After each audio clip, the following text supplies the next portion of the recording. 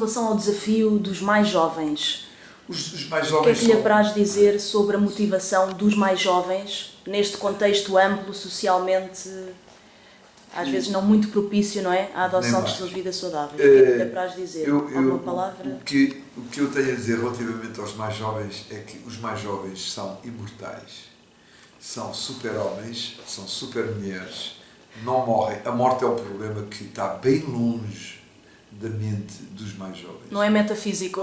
Não existe. A morte não existe para eles. Eles fazem as maiores loucuras, os maiores disparates, as maiores diabruras. Eles são imortais, eles são super-homens e são super-mulheres. Falar de prevenção, a prevenção das doenças cardiovasculares não difícil? funciona. Não funciona. E pelas novas tecnologias, Facebook, Twitter, chegar mais perto deles? Não vá dizer a um YouTube? jovem, olha, você tem que deixar de fumar, porque senão quando for velho vai morrer cedo.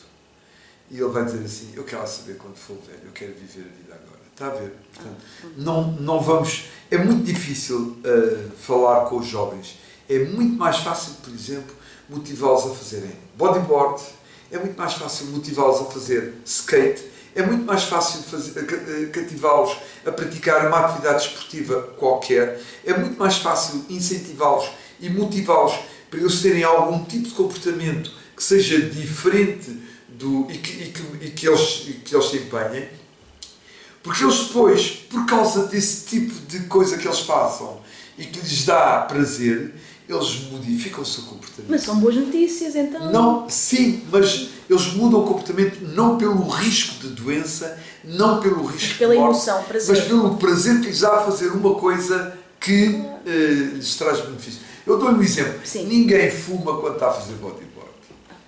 Sim. Porque no meio daquela onda, ninguém tem sítio onde pôr o maço de tabaco, ninguém tem sítio onde levar um isqueiro e não funciona, o isqueiro não funciona dentro de água. E portanto, esqueça, não vale a pena. Se eu quero que uma população deixe de fumar, então se calhar tenho que pensar em falar no surf, tenho que tentar incentivá-los a uma série de atividades e uma série de coisas que os deixem muito mais preocupados e que façam com que eles mudem o seu comportamento. Exato. Não com o objetivo de melhorar a sua saúde, mas com o objetivo de melhorar a sua performance em termos de atividade Exatamente. que eles desenvolvem e que gostam. E a resistência física? Sim. Essa é a melhor estratégia e a melhor perspectiva para... Ou seja, quer ver, há muitos anos atrás, quando houve... Há muitos anos atrás, quando o preço da gasolina aumentou brutalmente, não é agora, há muitos anos atrás, a sinistralidade nas estradas diminuiu. Pois. Não porque as pessoas tivessem sido mais conscientes, mas porque as pessoas passaram a andar mais devagar, menos de carro e passaram, está a ver, portanto, um efeito paralelo ao qual não se estava à espera, porque aumentou-se o preço da gasolina, Sim. as pessoas, se eu andar a 200 km a hora, gastam muito mais de gasolina do que se andar a 80 ou 90, e portanto as pessoas passaram a ter uma condução mais cuidada, isto há muitos anos atrás, atenção, os carros eram diferentes dos de agora, não havia carros elétricos, nem carros a gastarem 2 litros de gasolina aos 100, mas seja como for, a alteração da maneira como as pessoas conduziram, com a preocupação de poupar gasolina, refletiu-se na mortalidade e na sinistralidade nas estradas. Exato. Portanto, é um efeito paralelo em que criou-se, o objetivo não era reduzir a sinistralidade nas estradas, o objetivo era reduzir a despesa que as pessoas faziam em gasolina. Mas repercutiu-se. E depois repercutiu-se. Ou seja, eu se criar jovens mais atletas, mais capazes, com melhor condição física, que pratiquem muito melhor desporto, que desenvolvam uma série de atividades que lhes sejam muito mais saudáveis. Prazerosas. Eles tomam atitudes e comportamentos mais saudáveis, não com o objetivo de evitar a doença, mas pela resistência, mas pela sua capacidade de fazer aquilo que eles gostam de fazer. Mas isso é interessante, porque tendo os médicos essa consciência e tendo a Fundação Portuguesa Cardiologia essa consciência, dará de facto para dar o input, não é? Para que os mais jovens, a partir desses desportos e isso, consigam ganhar a tal consciência para aumentarem a performance, querendo ou pensando ou não em ter saúde, uma longevidade, porque de facto vão ficar mais musculados, mais fortes. Eles não se preocupam com esse problema. E, portanto, mas é uma maneira interessante de intervir junto dos jovens e tentar dinamizá-los.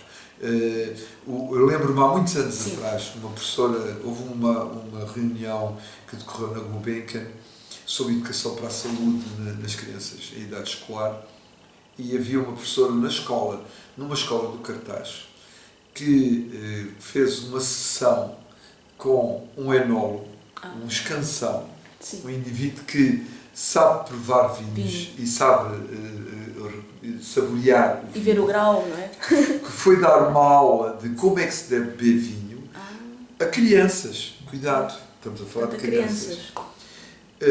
Mas estas crianças comiam sopas de cavalo cansado, mas não pequeno almoço. Portanto, as crianças, os pais davam-lhes vinho muito cedo. Alguns destes miúdos vinham com alguns problemas de alcoolismo já para a escola. Exato. E a professora o que fez foi ensinou estes miúdos a beber vinho. Apesar de serem muito pequenos, ensinou-os a beber vinho para que eles percebessem que o vinho tem um paladar próprio. O vinho não é água. O vinho tem um paladar próprio e calha muito bem um determinado tipo de sabor ou um determinado tipo de vinho, calha muito bem com um determinado tipo de prato e não bebido assim de repente. Portanto, ensinou as crianças a saborearem o vinho. Desde pequeninas, pronto.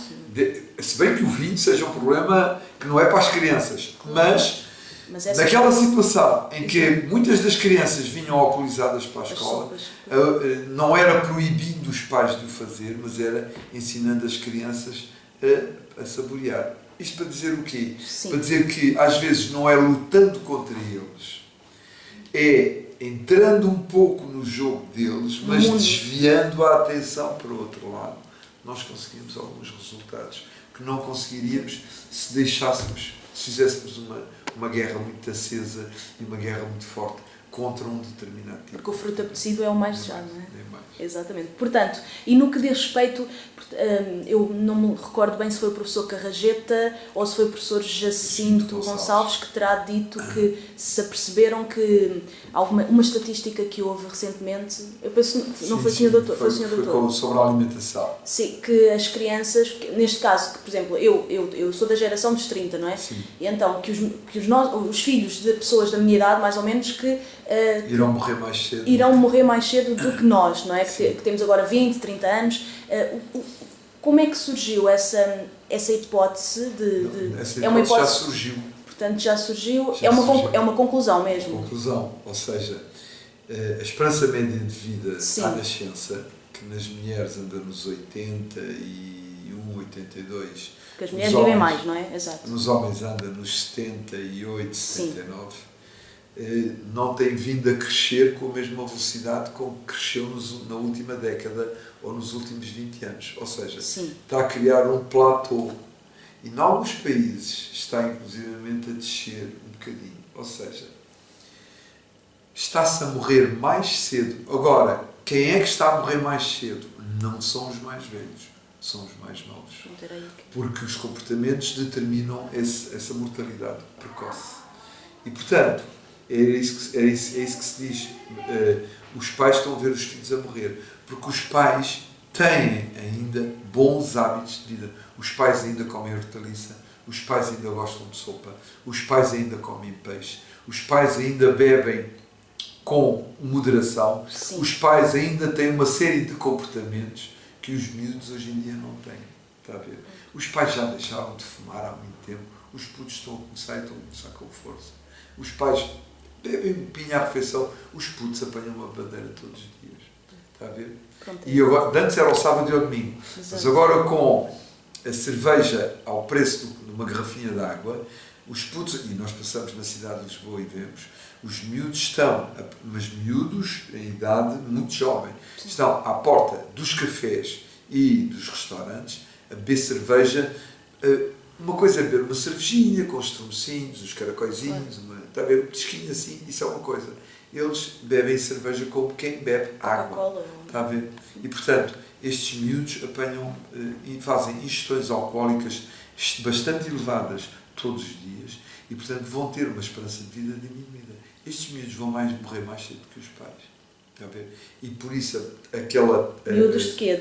Entre os 15 e os 20 anos? Entre os 15 e os 30? Entre os 16, 17, 18 anos, antes dos 18 anos, que é a idade legal para se beber, Antes dos 18. a gente já os vê na rua agarrados a copos de cerveja todos. A partir das 5 horas da tarde, é a happy hour da cerveja.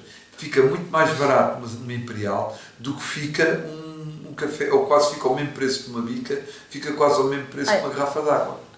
Está a ver? Portanto, e fazemos uma rodada nós 5, eu pago uma tuta e meia para fazer uma rodada, por si, como somos 5, eu tenho que beber 5 Imperiais. Está a ver? Vá lá que não somos 10 pessoas, eu bebia 10 Imperiais. Portanto, e isto acontece hoje em dia, mais grave ainda, os pais só não veem porque não querem ver, porque eles estão na rua e, portanto, eles estão expostos na via pública. E há estabelecimentos que deviam proibir a venda de cerveja a menores, não proíbem, mais ainda facultam que estes jovens venham para a rua beber e, portanto, eu posso trazer 2 Imperiais cá para fora e dar a beber a um jovem de 14, 15, 16 anos, como a gente às vezes vê na rua. Portanto, é lamentável o que se está a passar. E é preciso que a sociedade tome uma posição relativamente a isto. E ela não está a tomar. Estamos muito preocupados relativamente com o tabaco, o que eu acho que é importante. Estamos muito preocupados com o problema do colesterol e com o problema da tensão arterial. Mas e o álcool, não é? Mas o álcool, neste momento, nas camadas jovens, está a ter uma proporção relativamente grande. E a polícia, não vejo a polícia com motivação para fazer seja o que for. E o que é que está a falhar? O que está a falhar é uma vigilância. Escute, a ASAI pode chegar, a entidade fiscalizadora económica... Pode fechar os estabelecimentos, não é? Pode chegar ao sítio do estabelecimento, pedir bilhetes de identidade aos jovens, aqueles que estiverem a consumir bebidas alcoólicas, punir o sujeito que a vendeu, que não cumpriu a lei. Está a ver?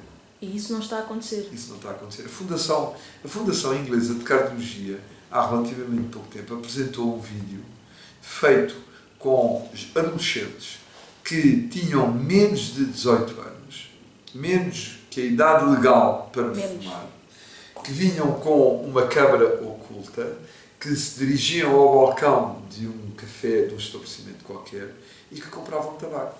E o dono da loja fornecia-lhes ou tabaco ou desbloqueava a máquina para eles poderem comprar. Nunca pediu bilhete de identidade, nem nunca exigiu identificação. Portanto, repare, é preciso nós começarmos, nós, sociedade civil, a sermos também críticos para porque ganhar dinheiro é fácil, está a ver?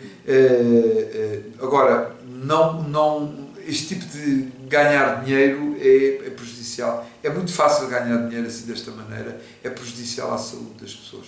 Ganhar dinheiro pondo em risco a saúde das pessoas, acho que é um bocado exagerado.